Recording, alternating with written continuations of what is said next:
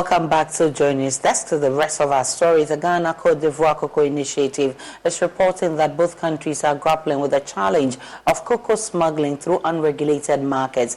Since its inception in 2018, Ghana and Côte d'Ivoire have expressed willingness through the framework to define a common sustainable cocoa strategy with a view to increasing the prices received by cocoa farmers in their respective countries in a sustainable manner. Speaking in an exclusive interview with Blessed Soga on Foreign Affairs, Executive Secretary of the Cocoa Initiative, Alexa Sanvo, made a strong case for an increase in the income difference for farmers. Mr. Sanvo, however, highlighted the surge in smuggling in cocoa into other unregulated markets, while expressing confidence that traceability policy initiated by Ghana and Côte d'Ivoire will tackle the situation. And because both countries are talking, we are exchanging data. So recently in one of my board meetings, we were very clear. Both countries have exchanges, and Côte d'Ivoire and Ghana have presented some of the actions, joint effort at border. But the issue is even less at the border between Ghana and Côte d'Ivoire. Both countries are facing smuggling outside the country through other countries. So, not between Côte d'Ivoire and Ghana. Right? Between Côte d'Ivoire and Ghana, anyway. When a farmer has a fit in both countries, you can't stop him to buy wherever he feels right. But that one is not where the problem is. The problem is trucks coming to Ghana and vice versa. This is less, and it is becoming less because the way we have set the price in both countries, the gaps is so close that doesn't allow anyone to have benefit by smuggling cocoa. So people are rather moving in. Well, I'm not saying they're rather moving, but there are others that are interesting to go and look where there are no regulations. That's how it works. But for us, we are not so worried because the key market for the African countries are Europe. And Europe has put some rules where today Côte d'Ivoire and Ghana have implemented traceability system, right? Which means that if you go and buy your cocoa elsewhere, well, you have to probably fraud for the data to prove where your product is coming from. So for us, this situation will probably benefit us because then only if you buy from Côte d'Ivoire and Ghana very clearly with the full traceability that prove that you are not buying from certain areas and ABCD, then will be good. So and that even reminds me about the EU policy. I guess that's what you're referring to. That's what I'm referring to, yes. Would it not rather impoverish the average farmer? Not at all. Not at all, because then cocoa, as I said, the value for this cocoa will be much more clearer because it will be traceable. We will know where it's coming from. There are costs associated to it, and anyone who wants to buy this cocoa will have to pay to this price. Ghana is, of course, facing some economic challenges. Revenue from cocoa is also being strained as well. At the same time, we're seeing farmers asking for some version on fertilizers and all of that. But government says, well, we're running an austerity plan with the IMF, so these things would have to hold on a bit. In the wake of these economic challenges, what recommendation do you have in terms of how countries and governments can help these cocoa farmers to tackle? It's difficult for me to talk on what Ghana will do strategically, but what I could say is that today we reach a market level that is now advantage. So if we run properly, as you know, we sell forward. So the cocoa we are selling will be for the next year crop. But that process in the current price market will enable us to cover and to carry on good investment that we can bring back to the farmer. So for that perspective, I'm not so worried. Instead, I think farmers need to be motivated because the demand is there. The higher price we have been fighting for is there. And only what is needed is to get cocoa. Let's take a break on JoyNews Desk. We are back with more.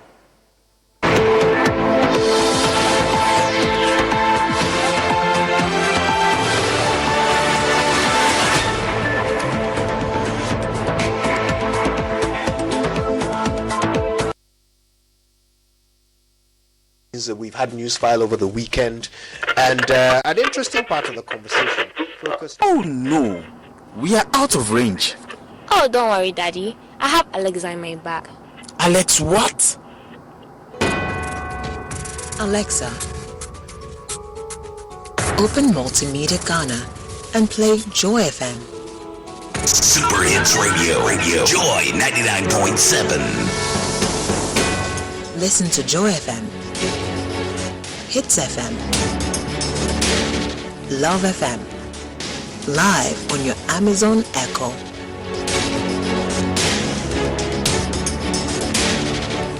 Listen to your favorite multimedia radio stations live on your Amazon Echo device by saying, Alexa, open Multimedia Ghana, play Joy FM or Hits FM or Love FM. Or catch up on your favorite podcast by saying, Alexa, play, and then the name of your favorite podcast from Multimedia Ghana. For a list of all podcasts available, say Alexa. Ask Multimedia Ghana to browse programs. On air. And we are back like we never lost signal. Standstill just 4 days after the collapse of the Aklakba River Bridge. The incident occurred when a heavy truck carrying loads of salt attempted crossing the bridge, leading to its collapse. The bridge, a vital lifeline for the local community, connects Saikope to neighboring areas. The collapse has left residents, motorists and travelers stranded. Ivy Setoji has more. Is Saikope in the Northtown district, and behind me is the Aklakba River. And 5 days ago, the bridge collapsed, making activities, especially business activities, come to a standstill. Now, most of the residents, travelers and motorists have to park at the other side, take a boat to wherever they are going. This actually leads to Drapo from Adidome. What the residents are asking government to do is for an immediate action to be taken as soon as possible to get the bridge fixed. One of the residents we spoke to earlier said that maybe it was a way God is just showing the government something, or a way to make the government wake up to do something about the bridge, because it has been in a bad shape for some time now. So the residents are asking government to urgently do something about this bridge, fix it immediately, because as you can see at the back, the truck is still in the water. The owners are trying their best to fix it. Residents, travelers and motorists, including Okada riders, have been speaking with Joy News. The government should at least help us as quickly as possible, because especially the children, imagine the children crossing it. It's not a nice experience at all. Honestly, I didn't think I would meet this on the way. For the fact it's not my first time on the queue, so I wasn't really scared about it. But the bridge there hasn't been negotiated for a long time, so I think this is just, since we like action, this is just the best action we can take for prompt care to be taken. And actually, seeing this horrific situation is a little bit tough for me. And today too is the first time I'm crossing this kind of river with a canoe, and I think all these things couldn't have happened if maybe structural tests should be done, should be doing about this thing. I think this shouldn't have happened. And then moreover too, the government should just speed up and then fix it up so that people can access the road. And me too, I fear water a lot. So when I was on the canoe, I was seriously afraid. Maybe somebody can fall into this water and lose his or her life. So I plead with the government of Ghana to do something about the bridge. That will help the people, not only the people, but everybody. I'm complaining for Castilla. Can we get happy over for Emma Manu? After all, then the bridge are going to get me like can be doorway and car. I mean, I'm a door, Maridago. If you are screw your hand, well, for them. Screw your foot, and you be well quickly, never win any better. I will screw your squeak a mandate here up to now. We are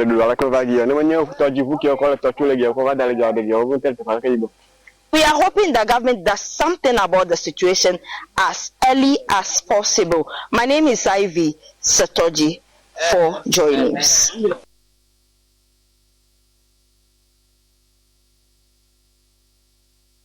Professor of Education Leadership at the University of Cape Coast, George K.T. Oduro, has called on the Ministry of Education to, as a matter of urgency, review the free SHS policy. He says that the program is currently saddled with a number of challenges, including funding, equity, and access and other concerns. Professor Odro disclosed this at the 40th anniversary of Creator Schools in Tema. The Creator Schools has contributed its quota to the country's development through the students it has churned out. At a Durbar to climax the 40th anniversary celebration, the school displayed some aspects of Ghanaian culture through dance performances, its 40-year journey with recitations, choreography, but to mention a few. Guest speaker at the event, Professor George K.T. Odro, who is a professor of educational leadership at the University of Cape Coast, believes, as a way of ensuring quality education, there is the need to review the free SHS policy. He explains, reviewing it will look at funding, equity, among other issues. Review simply means evaluating processes to see what is working, so you strengthen that, what is not working, so that you find ways of correcting the wrongs. That is review. And so I urge the Ministry of Education to think critically about the call for stakeholder engagement to look at the free SHS, and so that we can put in place strategies that will make the free SHS more beneficial to those who need it, more beneficial to the disadvantaged people. Unless as a nation we put in measures to bridge the gap between the disadvantaged and the advantaged, the rural and urban will not be improving. Our educational system will continue to suffer. Let's put away politics and look at education from education. Professor George Odro says the focus on passing exams rather than quality education is worrying. Making the curriculum relevant, getting the necessary things that will help teachers to deliver, getting the necessary things that will help learners to learn well, all those things are inputs that work towards quality. If we pride ourselves with only examination results, at the end of the day, they will come out with first classes and all those things, but they get to the factories and they cannot work. They get to the hospitals and they cannot work, and people will be dying. They get to the banks and even simple accounting becomes issues. So that is why we need to take quality issues very serious. And I always advocate that we must aim at quality indexed access expansion underpinned by equity. And that is what we need. Meanwhile, Director of Creator Schools, Evelyn Jampa-Markin, says, despite the challenges of running a private institution, Creator Schools is adopting new ways of producing students who will benefit from holistic education. She was unhappy as some parents have less time for the academic needs of their wards. Comparing 20 years, the early days of Creator, and 20 years down the line, there's so much difference with the type of learners we encounter in our classrooms. But teachers do receive in-service training as to modern ways to give off their best. So it's helping, though difficult, but we are managing. 100% in agreement with what the guest speaker said. It's like if your school is not performing, then you are not doing well. But that shouldn't be. The essence is to have positive impacts on the children by what they can demonstrate, what they know. For example, this AI is a replica of what is happening now. Students want to pass, but they don't want to learn. Creator Schools awarded teachers and individuals who have helped the school over the years. She lost her father in a horrific car accident in 2019. 2 years later, her 7-year-old brother was also killed by a speeding vehicle. This is the sad story of 15-year-old Mary Mano. Mary has turned trauma into inspiration, an inspiration that has birthed the development of device that could help lessen the bloodshed on Ghana's roads. Joy Prime's Lois Shola Adeyemi has more in this report. This is the Aflao Tema Highway. This stretch has claimed many lives, including Mary's father, a sleepy driver who killed him in a terrible head-on collision in 2019. I lost my dad through road accident. The report that came out was that the driver was dozing off, so the accident happened in such a way that my father was coming from Togo to Ghana with some friends, and then a car was coming in front of their car. So they were trying to dodge the car, but unfortunately it collided. Then my father passed away sadly.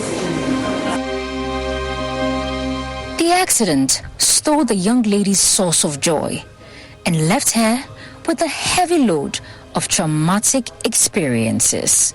When I lost my dad, when I heard the news, I decided to stop schooling because my dad was my favorite person in the world, and then without him, I'm like nothing.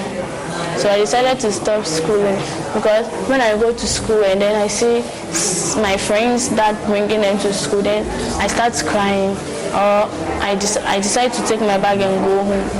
So it hasn't been easy since I lost my dad. It has been 3 years now, but still when I see other people with their dad, I still feel sad. As if that was not enough, Mary's scars were pierced by another tragic accident. Her 7-year-old brother was also killed by a speeding vehicle. But in the darkness emerged a story of resilience and hope. Mary found strength in her grief. Because of pain. So when I saw that, I promised my mom that I will not let anyone in my family go through that pain again. So I want to be a surgeon to help everyone who wants to be operated to be free from injuries, so that we will promote healthy living and then families can live together without losing any loved ones through accidents. When this step came to our schools, that anything like what we want to invent, any idea, we can bring it out. So I and my friends decided to design a motor and a car accident control device. And the name of the device is anti-sleep alarm for motorists. She and her colleagues of Young Innovators are working hard to reduce the carnage on Ghana's roads with this new device. This device alerts drivers whenever they are dozing off when driving.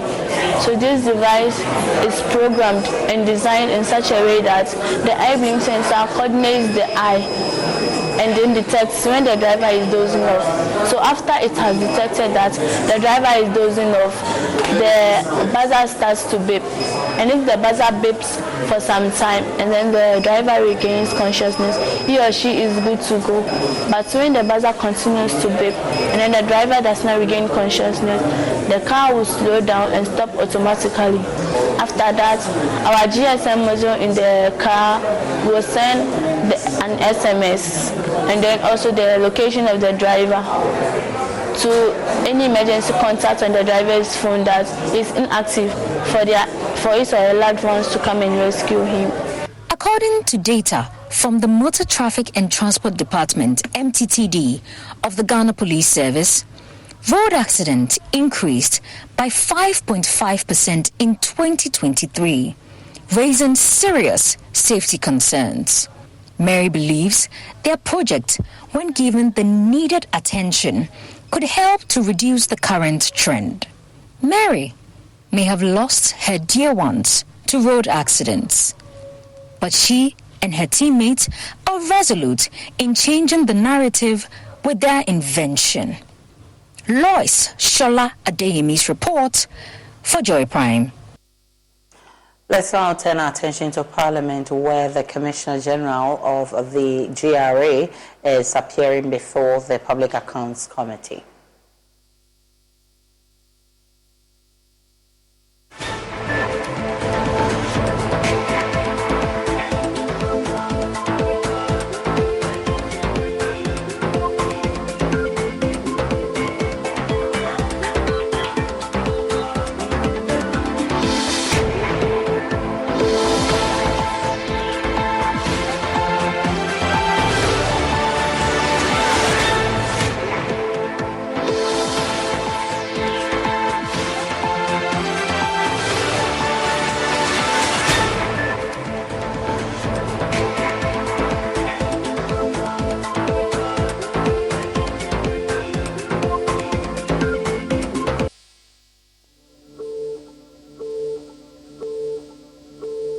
There seems to be a problem with that feed. We'll try and get that for you and take you live to Parliament for details of that. But let's take a break now and bring you business shortly. Hello, good morning. Welcome to the business segment on JoyNews Desk with me, Pius Kojo Baka. Now, the Monetary Policy Committee of the Bank of Ghana is getting ready to announce a new policy rate this morning. This was after it met last week to review developments in the economy. Bank of Ghana Governor Dr. Ernest Addison has given some mixed signals ahead of this announcement after arguing a tight monetary policy stance doesn't mean the rate will not be reviewed downwards. Various business associations have made a strong case for reduction in the policy rate, which stands at 30%. And this is due to the consistent decline in inflation rate over the past months. Now, the policy rate often influences the cost of credit. We shall be giving you more updates as and when development unfolds from that corridor. And while longer with the Bank of Ghana has approved the recapitalization plans for submitted and undercapitalized banks. That's according to a report by Staff International Monetary Fund, DAP 2023 Article 4 consultation. More in this report. Undercapitalized banks will at a minimum inject 1/3 of the capital required annually for each of the 3 years ending in 2025 to reach a 13% capital adequacy ratio without regulatory forbearance. The BOG will therefore initiate corrective measures by the end of March 2024 against banks that fail to uphold these recapitalization requirements. In the short term, the Bank of Ghana stands ready to deploy contingency measures if needed to ensure financial sector stability. The IMF said this move will ensure that banks' capital needs have been estimated based on reasonable forward-looking assessments of losses from government debt restructuring and increases in non-performing loans. However, most banks have already submitted their recapitalization plans. And that's it for business. I am Pius Kojo Baka.